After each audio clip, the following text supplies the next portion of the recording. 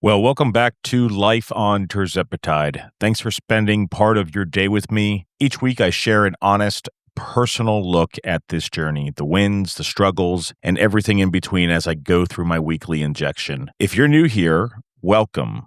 Hit subscribe so you don't miss an episode. I'm also posting shorter, real-time updates over on the community tab. Think of it like a running commentary alongside the longer videos here. So check that out too. A quick disclaimer, but an important note. I'm under the care of a licensed PA who monitors my progress through regular blood work. This channel documents my personal experience only. It's not medical advice and it's not a substitute for guidance from your own healthcare provider. Always talk to your doctor before starting or changing any medications. So for starters, Tirzepatide has become one of the most talked about medications in the country and one of the most misunderstood. In today's presentation, we're going to walk through what the actual clinical trial data shows about slowly increasing a dose, what that process tends to feel like over the following weeks, how pricing has shifted through 2026, and most importantly, the behavioral changes that decide whether the results you get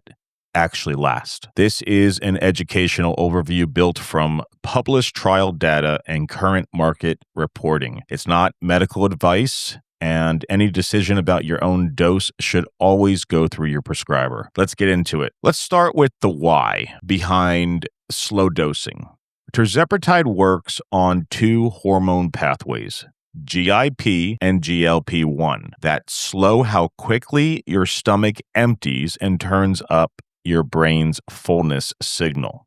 When I say the food noise completely goes away on Tirzepatide, it truly goes away. That's the whole mechanism behind the appetite reduction people talk about. But it's also exactly why you can't just start at a higher dose. You see, the digestive system needs time to adjust to that slower emptying. So the pattern trials use is start low, hold that dose for about 4 weeks, then step up in small fixed increments rather than jumping. Across the surmounted clinical trial program, the data is consistent. Most gastrointestinal side effects were mild to moderate, and they clustered during the escalating weeks, not after people reached a stable maintenance dose. In other words, the slow ramp isn't bureaucracy, it's the tolerability strategy. Here's the FDA labeled ladder as it actually exists in the trial data: 2.5, 5, 7.5, 10, 12.5, and 15 milligrams. Each held for roughly 4 weeks. I want to flag something important here. This is a milligram-based schedule. If you're working with a compound product dosed in milliliters or syringe units, those numbers are not directly comparable to milligrams. And the FDA has been tightening rules around compounded Tirzepatide throughout 2026. Confirm your specific increment with your prescriber or your pharmacist rather than assuming a numerical pattern carries over. Now to the discontinuation data in Surmounted 1. About 4.3% of people on the 5 milligram dose stopped due to the side effects. That number rose to 7.1 at the 10 milligrams dose. Actually, the highest discontinuation rate of the doses studied. And for comparison, only 2.6 of the placebo group discontinued. That tells us clearly side effects are dose related, and they're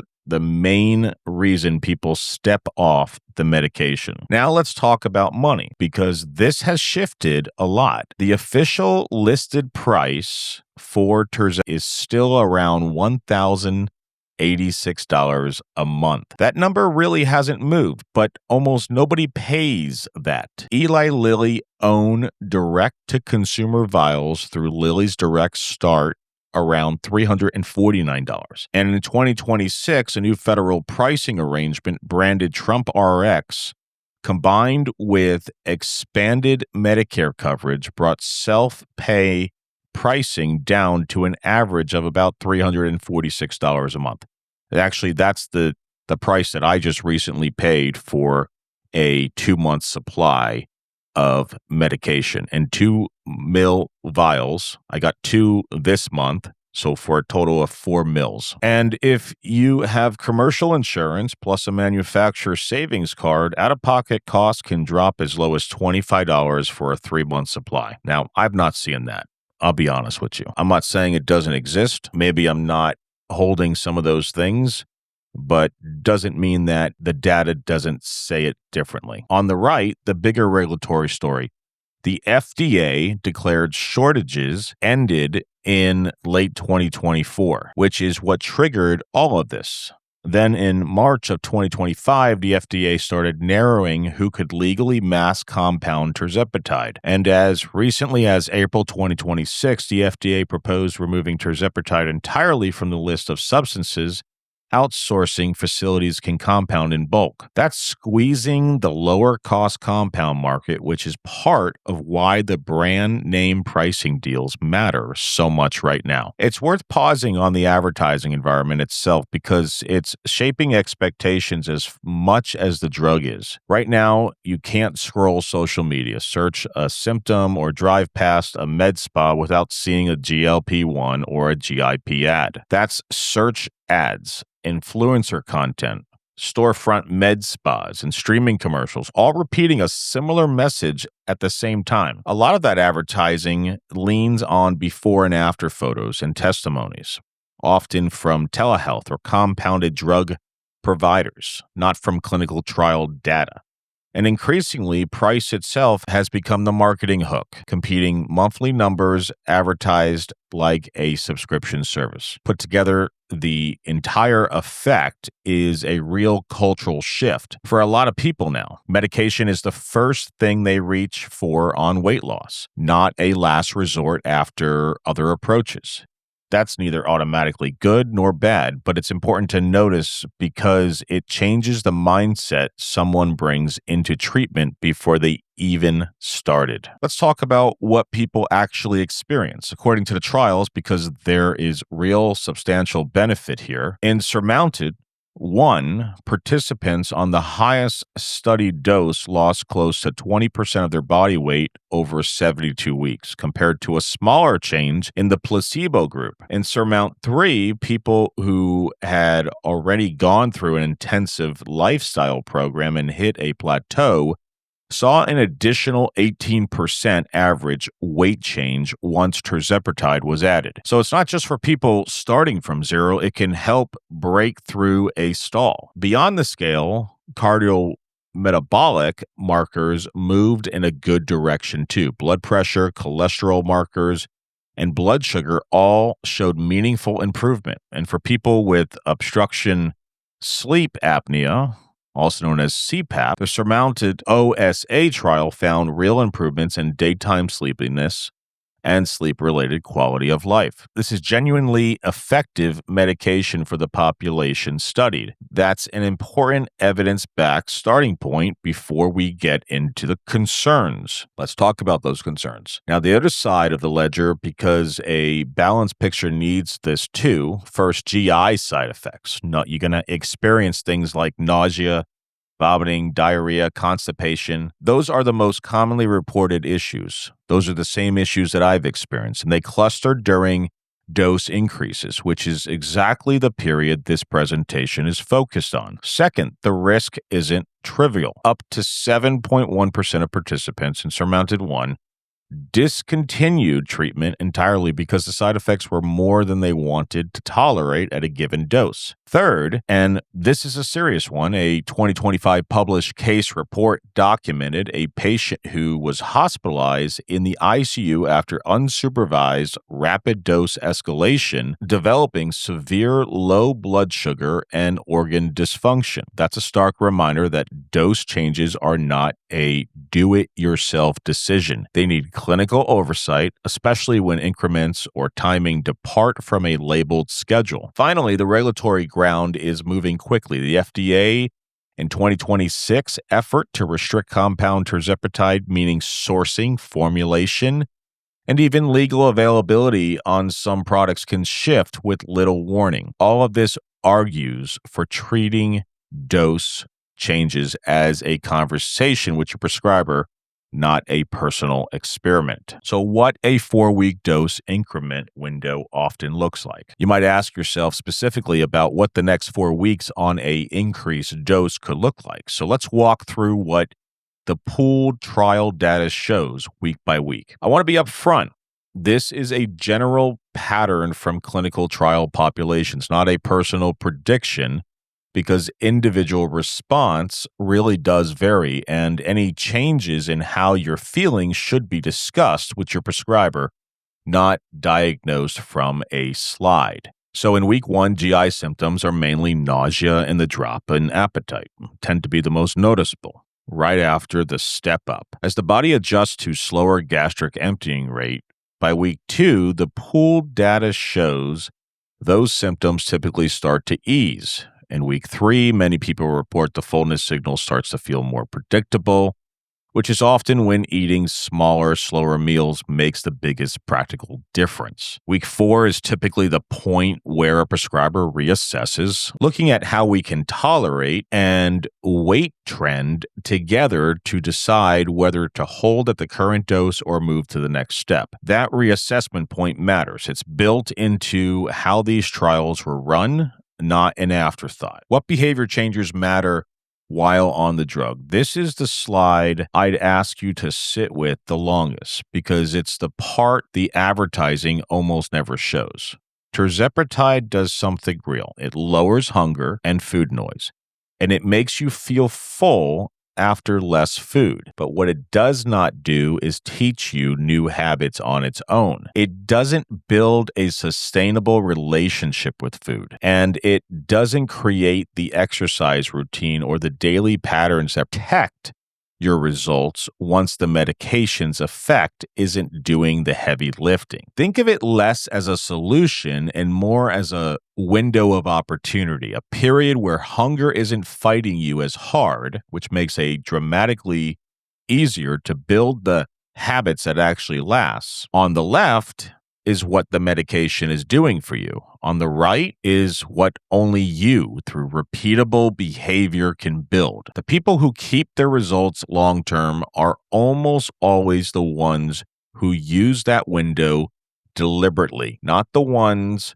who assumed the drug alone would be permanent. This is one of the most important data points in the whole obesity medication field, and it comes from the SURMOUNTED-4 trial. Researchers gave 670 adults tirzepatide for 36 weeks, then split that group. Half continued the medication, half were switched to placebo for another 52 weeks, which isolates exactly what happens when you remove the drug. The people who stayed on tirzepatide kept losing weight, an additional 6.7% on average. The people who switched to placebo regained an average of 14%, and most of them regained at least 25% of the weight they had originally lost, along with partial reversal of blood pressure, cholesterol, and blood sugar improvements they gained. Why does this happen? A few reasons. The data and the physiology point to: first, appetite and fullness signals drift back towards baseline once the drug clears your system. The hunger that was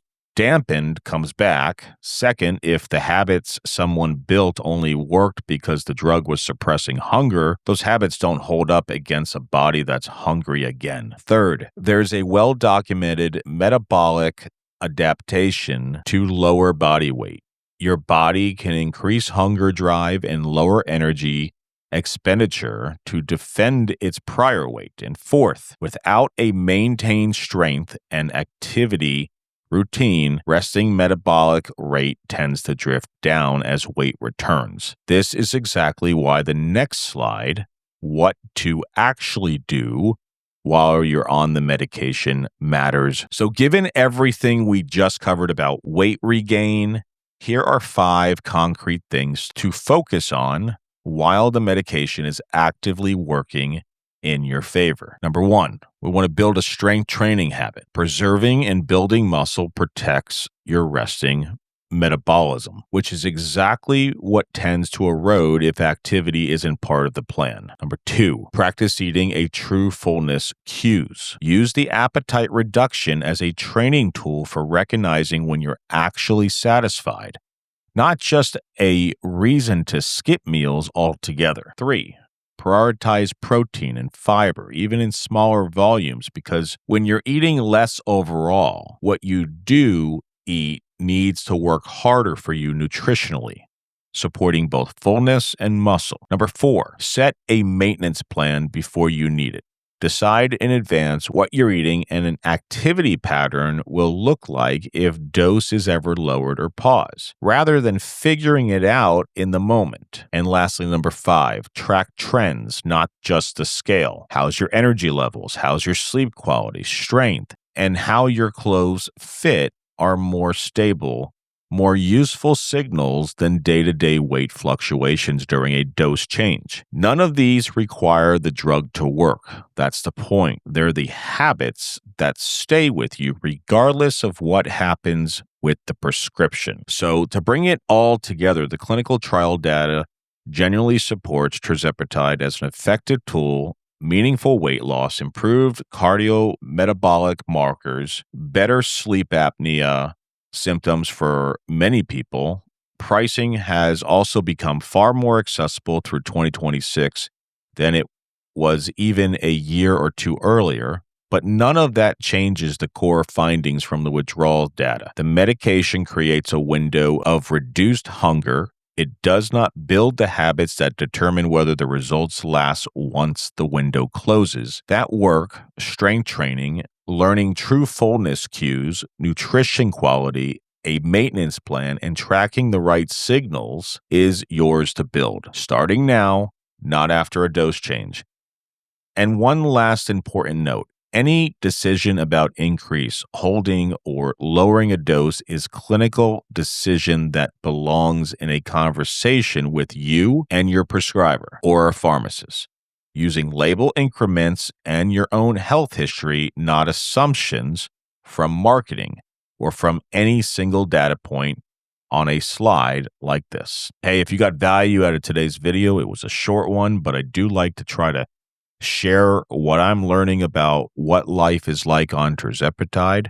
And I've just recently increased my dose after several months, probably 6+ months, finally got above 0.04. And as of today, I just injected 0.07. So a little bit more dose. I'm going to be tracking that information, the data, looking at the scale, looking at what the data points are saying on the scale through my digital app, and just really tracking it over the next 4 weeks to create more content and share what life is truly like on Tirzepatide. If you got any questions, put them in the comments. I love community. I want to create a community. And if you found value, again, hit that like button and consider subscribing to the channel. All right, guys, I'll see you on the next video.